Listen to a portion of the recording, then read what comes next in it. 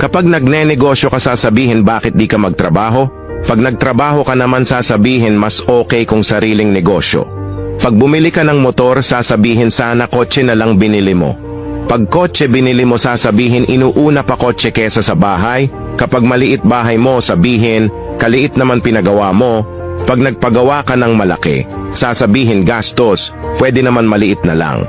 Kapag nag-avail ng installment sasabihin, wala sigurong pang cash. Kapag bumili ka ng cash, sasabihin sayang dapat hinulugan mo na lang pwede mo pa magamit yung pera mo sa negosyo. Kahit anong gawin mo, masasabi talaga yung mga taong nalulungkot sa kasiyahan ng iba.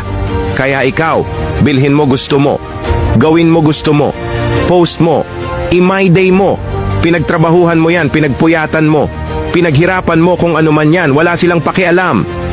Ubusin nila oras nila kakapuna sa'yo hanggang sa hindi na nila alam paano maging tunay na masaya kasi nabubuhay na lang sila sa buhay ng iba.